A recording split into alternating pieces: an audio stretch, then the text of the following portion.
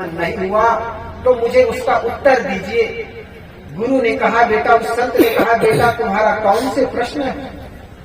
तब राजा ने कहा कि गुरुजी, पाप क्या होता है और पुण्य क्या होता है?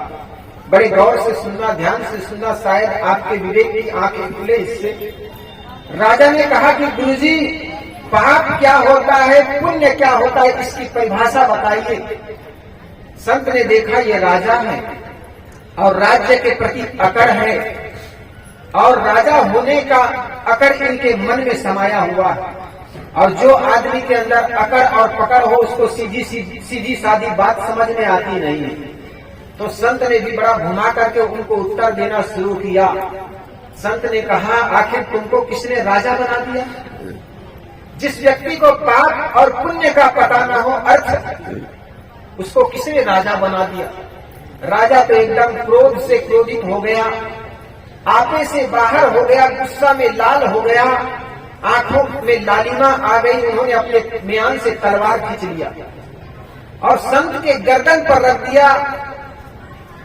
और राजा कहने लगे, जानते नहीं हो मैं राजा हूं, अभी चाहूं तो आपका गर्दन धड़ से अलग कर सकता हूं।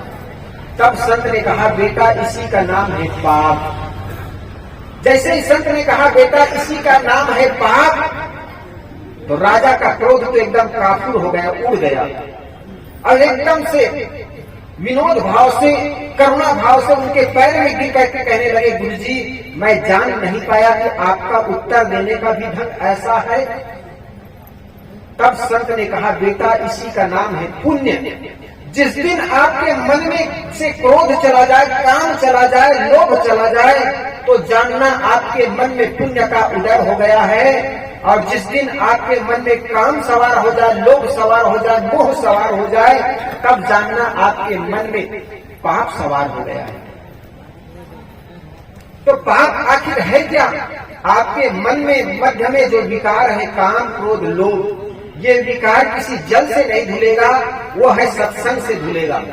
सत की चर्चा चलती रहती पर रमण असत में होता है। ऐ पथिक कहाँ सत्संग हुआ जो असत से प्रीति हटा न सके। हम सत्संग की चर्चा सुनते हैं, संतों के सानिध्य में सुनते हैं। संत लोग यही बताते हैं कि आत्मा ही परमात्मा है। ये क्यों कहते हैं? मंदिर कौन जाता है, मंदिर कौन बनाता है, मस्जिद कौन जाता है, मस्जिद कौन बनाता है? इंसान बनाता है। इंसान ही मंदिर जाता है, इंसान ही मस्जिद जाता है। मंदिर में प्राण प्रतिष्ठा भी इंसान करता है, इंसान ही जाकर के पूजा करता है, घंटा बजाता है, प्रसाद चढ़ाता है। और प्रसाद भी भगवान चढ़ाते खाता नहीं, बल्कि लौट करके अपने ही खाते हैं। खाते हैं कि नहीं खाते? भगवान कहीं पर खाया है? हम ही खाते हैं लौटा करके। प्रसाद चढ़ाते हैं, भगवान को भोग लगाते हैं, लेकिन लौट करके हमको ही मिलता है वो प्रसाद। इसी प्रकार संतों ने कहा, अरे मंदिर में तो जाते हो, एक बार वो पत्थर गया मंदिर में, भगवान बन जाते हैं। लेकिन तुम इंसान होकर के न जाने हजारों बार मंदिर में गए, लेकिन तुम इंसान भी पत्थर हो जाते हो। वो पत्थर से सीख लेनी चाहिए हमें। पत्थर पहाड़ से जो जुड़ा होता है ना, वो पत्थर टूट करके जब गंडकी नदी में पानी के साथ प्रवाह होने लग जाता है, बहने लग जाता है, तो पत्थर घिस करके शालिग्राम की मूर्ति हो जाती है। और वही पत्थर जाकर के मंदिरों में पूजने योग्य भगवान बन जाते हैं। और हम पत्थर के पत्थर रह जाते हैं। हमारे मन का ईगो, अहंकार जाता नहीं है। इसलिए हमारे मन का अहंकार जाए। पत्थर के सामने हम इसलिए झुकते हैं, भगवान के सामने मंदिर में जाकर के इसलिए झुकते हैं ताकि हमारा मन निर्मल हो। हमारे घर में रहे माँ बाप को में भगवान जिस व्यक्ति को नहीं दिखता, उस आदमी को दुनिया के किसी मंदिर में चला जाए, उनको भगवान का दर्शन हो नहीं सकता। इसलिए हम अपने घर में रहे माँ बाप की सेवा करें, समय मिल गया मंदिर जाएं, भगवान की पूजा करें, लेकिन अपने माँ बाप की भी आस्था को तोड़े मत। और जिस व्यक्ति को भगवान, इंसान में भगवान नहीं दिखता, उसको किसी मंदिर में जाकर के भगवान का दर्शन नहीं हो सकता।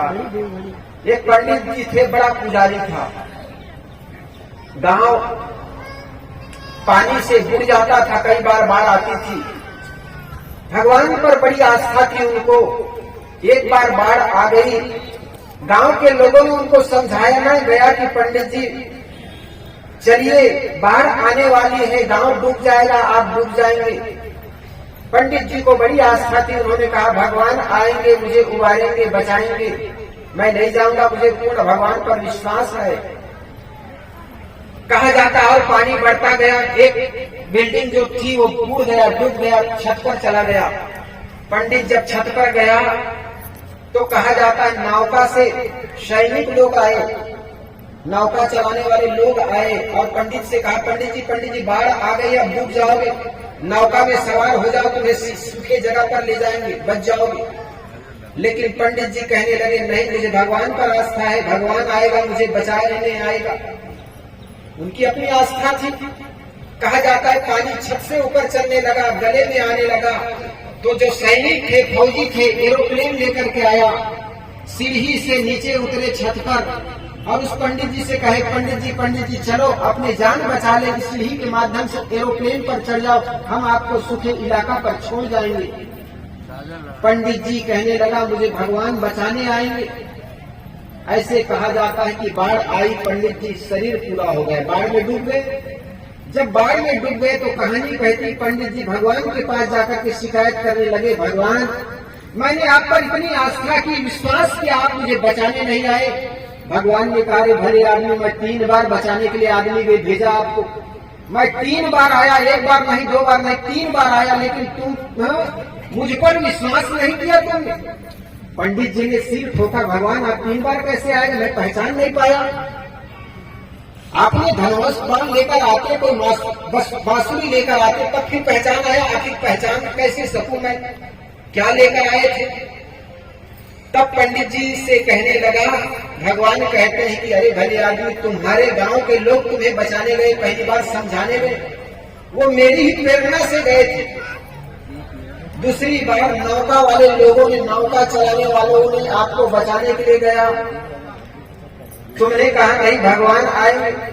तीसरी बार एरोप्लेन से सैनिक लोग आए, तुमने भगवान आएगा। वो तीनों बार मैं आया था, लेकिन तुम मेरी बात समझ नहीं आए, इसलिए तुम मेरे को समझ नहीं पाए, इसलिए तुम्हारा मौत हो गई। तो कहने का कुल अर्थ यह है कि इंसान ही इस धरती तल का सबसे बड़ा भगवान है, और इंसान की बुद्धि खराब हो जाए तो इंसान ही इस धरती तल का सबसे बड़ा शैतान है। और यही कारण है कि आज आदमी कहता है कि मैं भगवान से प्यार करता हूं, लेकिन घर में रहे माँ बाप से अगर प्यार नहीं करते हो, पड़ोसी से अगर शत्रुता करते हो, तो कौन से भगवान के साथ प्यार करोगे। इसलिए किसी संत ने कहा, तुझ में राम, मुझ में राम, सब में राम समाया है, कर सभी से प्यार, बंदे कोई नहीं पराया है।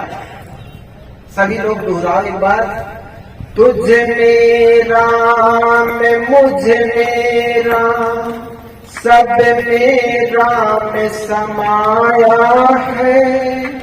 तुझ में राम, मुझ में राम, सब में राम समाया है। कर लो सभी से प्यार, बंदे कोई नहीं पराया है। कर लो सभी से प्यार, बंदे कोई नहीं पराया है।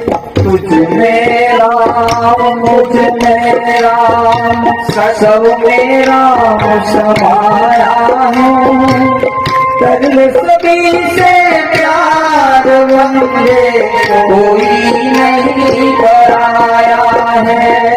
कर लो सभी से प्यार, बंदे कोई नहीं पराया है। तुझ में राम, मुझ में राम, सब में राम समाया है। तुझ में राम, मुझ में राम, सब में राम समाया है। अरे सभी से प्यार, बंदे कोई नहीं कराया है, सभी से प्यार हमसे कोई नहीं कराया।